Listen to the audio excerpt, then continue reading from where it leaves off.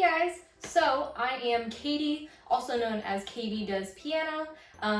This is going to be kind of my first little intro lesson for you guys who are new students, and we're going to be using these books a ton. If you're my student, then you know that I live by these books. They're amazing. So make sure you have that on hand. We're going to be in the primer level, which is basically just like an introduction to everything piano related. So we are going to be in the primer book. We're going to be covering pages 4 through 13 today. Okay, so the first thing when you open up your book, you're going to want to go ahead and put your name in the front so that in case you lose it, you can get it returned to you. And then it's just the table of contents next, so you can skip over that. And then the first thing we basically learn in piano is how to sit properly at the piano. So the proper way to sit is you want to be on the edge of your bench with your feet flat on the ground. And then you don't want to be slouched over, you don't want to be super stiff, you just want to be normal with your hands and shoulders relaxed. Next thing we're going to be learning is how to properly play the keys. So I always try and say it's kind of like you're flicking water off your wrist, or you're like a spider on the keys, which means that you want to keep your fingers curled at all points. You don't want to pancake them out, and you don't want to go into a super tall spider. You just want to play with the top of your fingertips curled on the piano, just like this, so that it's relaxed and looks comfortable. All right, the next thing that we're going to learn, basically before we learn how to read complicated sheet music, we do everything by numbers. So if you were to take your right hand, I always say thumb is number 1. So we have number 1 is our thumb, and then it just goes in numerical order. So it'll be your pointer finger's number 2, then it's number 3, then it's number 4, and then pinky is number 5. So if you were to take your left hand and push them together, you're actually going to notice that your hands are opposites, because your thumbs are still number 1, but now they go opposite ways on the piano. So number 2 is actually these guys, pointer fingers, then it's your middles are thirds, then it's your ring fingers are fourths, and then your pinkies are fifths. So that means that when you're playing on the piano, it might end up being that your 5th finger and your 1st finger are playing the same note, but they're completely different numbers.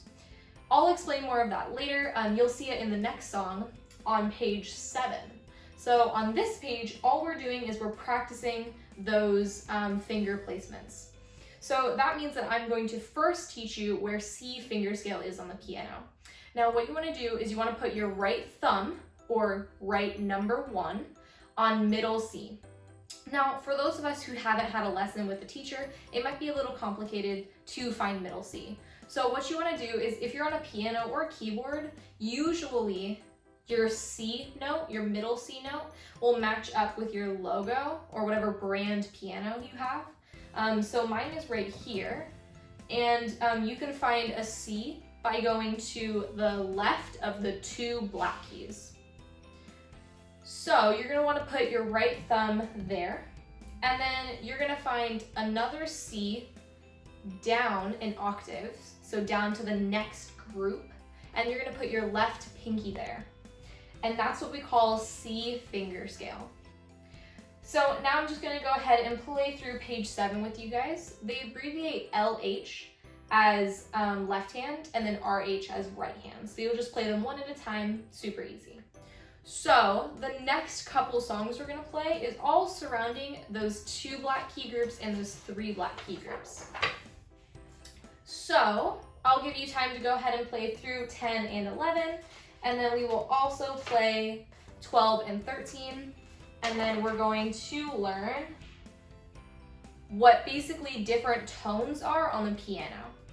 So we found middle C, and generally from middle C up on the piano is where your right hand's gonna live. So your right hand's gonna play primarily on this side of the piano. Your left hand is gonna play from middle C down normally. Sometimes we'll do some complicated songs where we're gonna switch over and things, but for the most part, your hands will stay in their kind of like designated groups.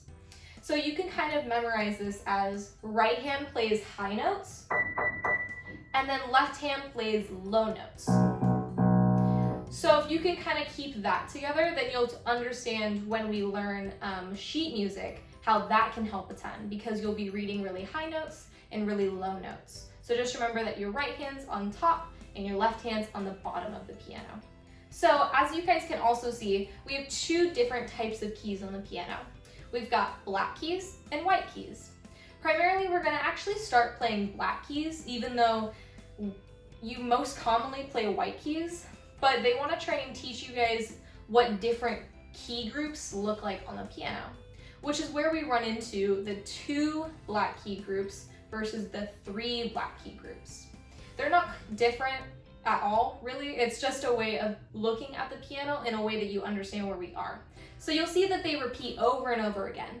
That means that we have a collection of our 7 notes, which is A, B, C, D, E, F, and G, and they're just repeating over and over on the piano. And that's what we call an octave. It's because every one note, let's say we had C, is 8 notes away from its next C. And then D is 8 notes away from its next D. So it just keeps going up and up or down the piano in groups of octaves.